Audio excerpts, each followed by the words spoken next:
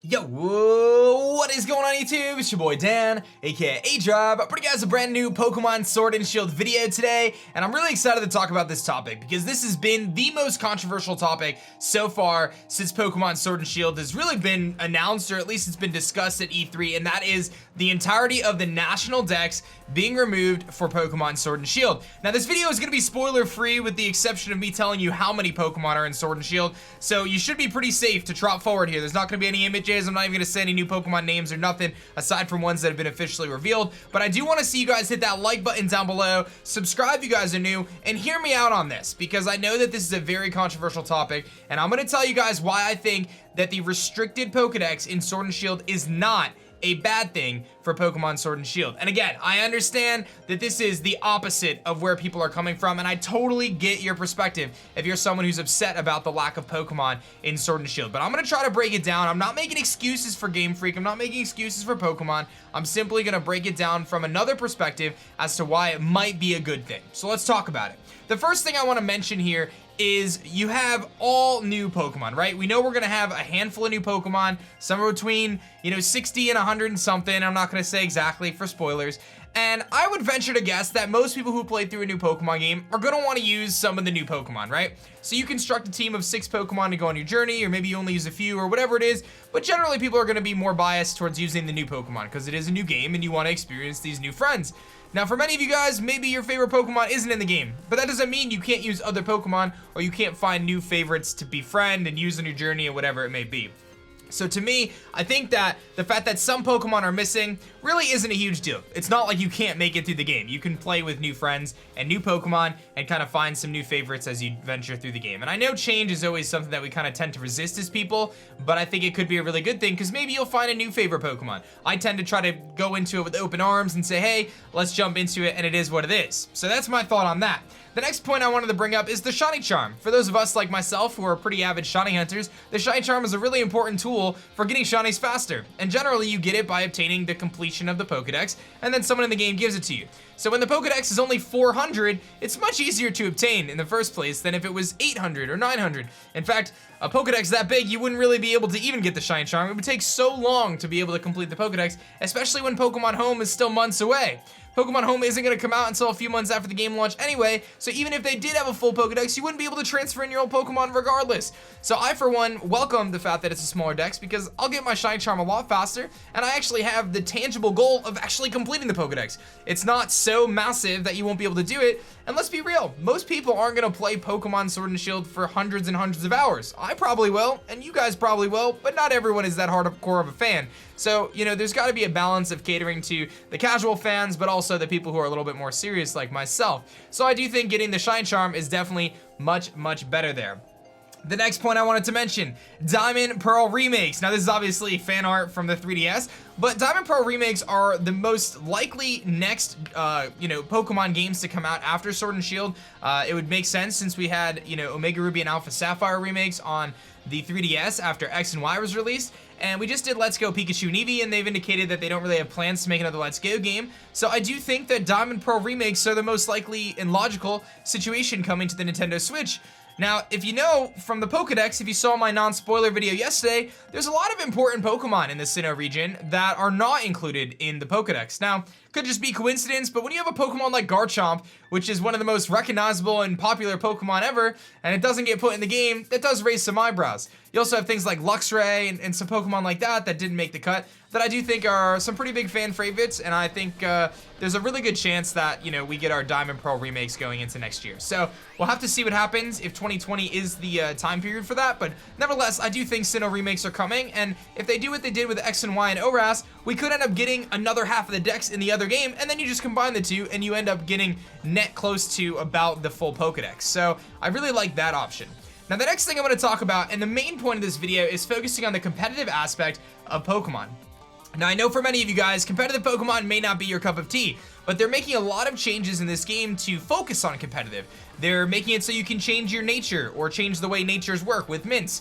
They're making it so you can EV train your Pokemon much easier. They're making it so your egg moves can transfer much faster. There's so many little quality of life improvements that they're doing to the Pokemon game to really enhance the experience for competitive Pokemon, because the barrier to entry of getting that team has always been such a struggle for most people, and when you get discouraged by so many people hacking because it's so ridiculous to try to get your team prepared, you know, it discourages people. But I think that their focus right now is to really have a great tournament scene. And if you don't believe that, just simply look at the trailers for the Pokemon Sword and Shield Galar region. You're in a stadium. Like, this game is all about the battles, baby, and that's gonna be the biggest focus. You've got the max raid battles, you got the competitive. They've even got an online ranking system to become a Master Ball tier trainer. We know there's some rumors, and I don't want to leak anything, but there's definitely a post game that involves battling, and there's a lot of different things you can do, from casual battles to online competitions to friendly competitions to using rental teams to get acclimated, and this is all stuff that they've already announced. In fact, they've even dropped 2 separate trailers that focus on competitive Pokemon.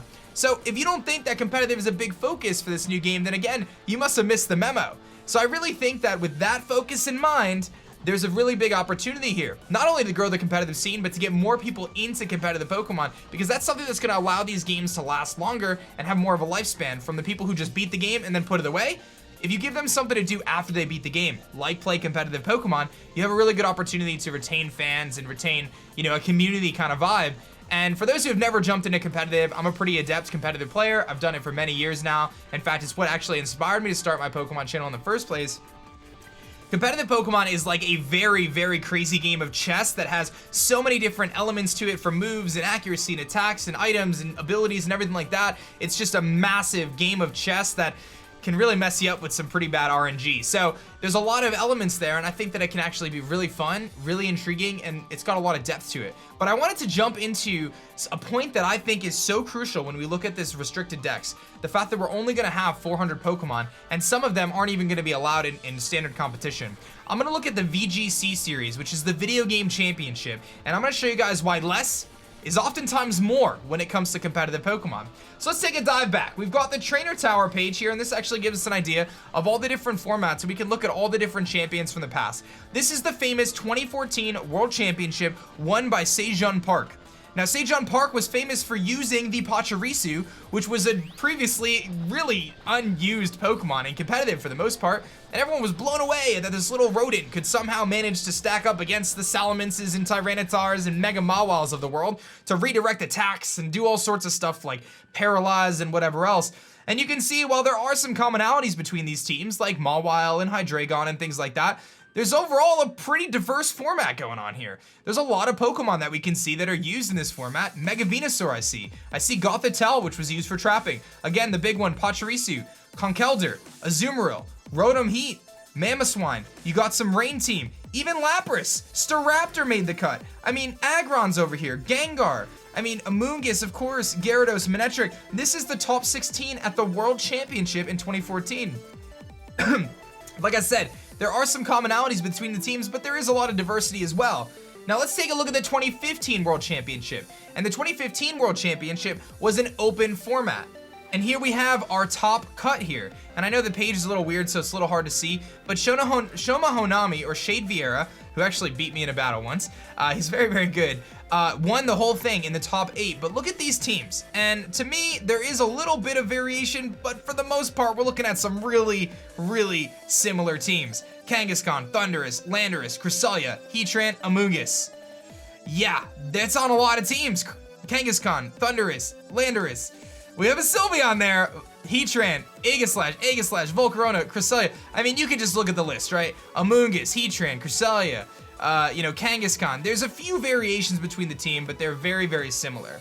So I don't necessarily feel like this paints the full picture, right? Like, obviously, I did some cherry picking in terms of looking at different tournaments, and I have a point that I'm trying to prove for this video, so this doesn't tell the full story, right? But this shows exactly what the final 8 teams were for the 2015 World Championship. So these are the teams that led the metagame, regardless of what happened before you got to the final 8, right? So definitely something worth noting. Now let's take a look here in the 2016 format.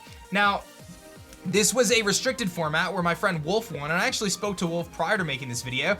And the way this worked is you got to have 2 restricted legendary Ubers, which in this case Wolf used Kyogre and Rayquaza, and then you got to use whatever else he wanted.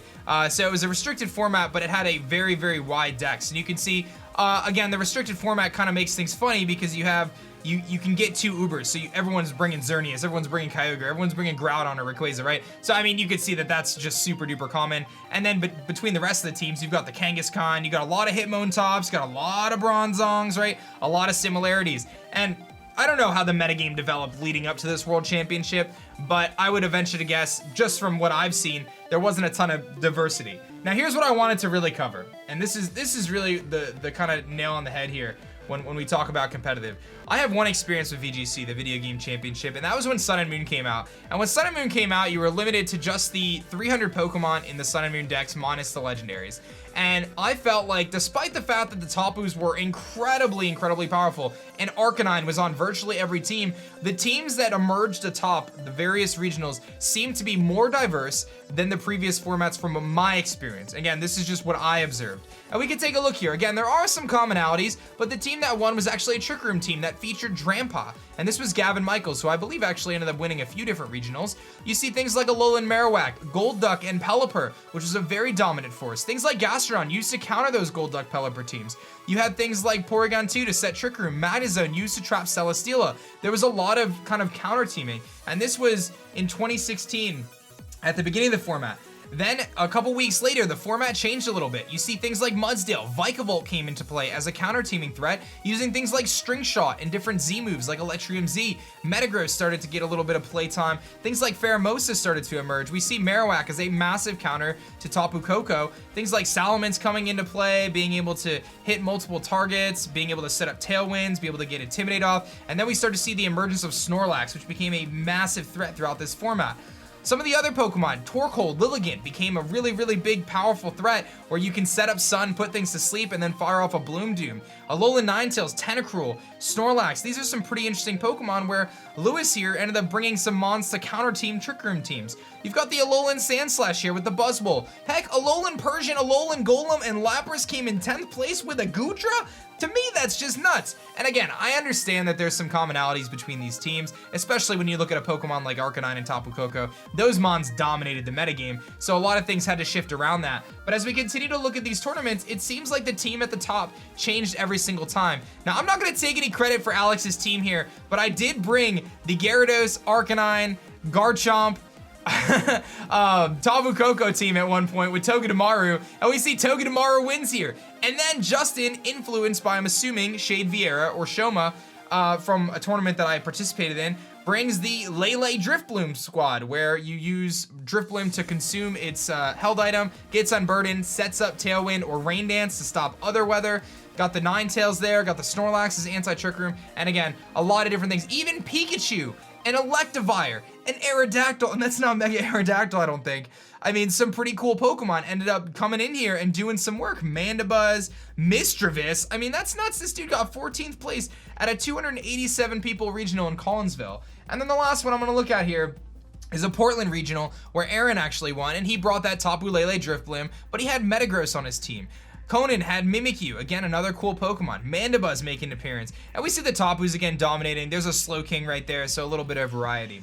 So anyway, my point that I'm trying to make is I personally feel that in some ways, a limited dex actually creates a more engaging competitive format, which is I think what Pokemon was ultimately aiming to do. When you have less Pokemon, it actually ends up being more, and the reason being is because there's less Pokemon that are over-centralizing. So you don't have as many of these massive threats like the legendaries, like Heatran and Zapdos, which overtake so many other Pokemon. Instead, when it comes to the Sword and Shield metagame, you're gonna have a ton of variety, from people bringing Sand teams with Excadrill, to people bringing Hail teams with Vanillux, to people bringing Rain teams with Pelipper, and potentially some new Pokemon that have Swift Swim.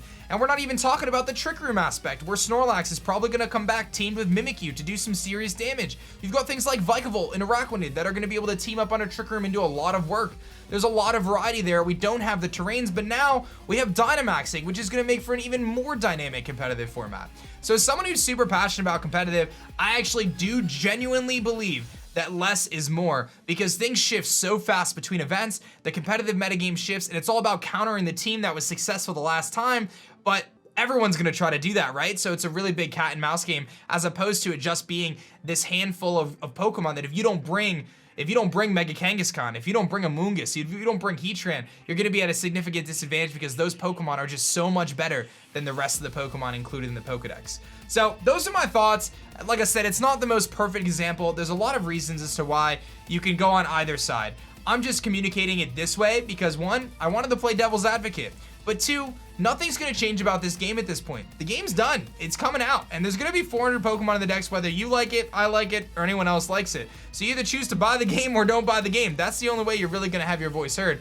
I personally, I'm gonna buy the game. I'm not being paid by Pokemon. I'm not a shill and just trying to advertise these games. I'm genuinely excited for Pokemon Sword and Shield, and I'm really, really excited for the competitive aspect with the limited Pokedex. So I try to look at the positive side of things, and this video is just about that. Thank you guys so much for watching. I'd love to hear your comments in the comment section below. I understand things might get a little bit hectic, so please try to be respectful to each other and just understand that even though you may be upset that your favorite Pokemon's cut, don't let that ruin your entire experience. Because there's so much more about Pokemon than just 1 or 2 Pokemon that you might be missing. There's so many other pals that you can journey up with and have a good time with. Thank you guys for watching this video. My name is Dan. I also go by aDrive. I'll catch you guys in the next one.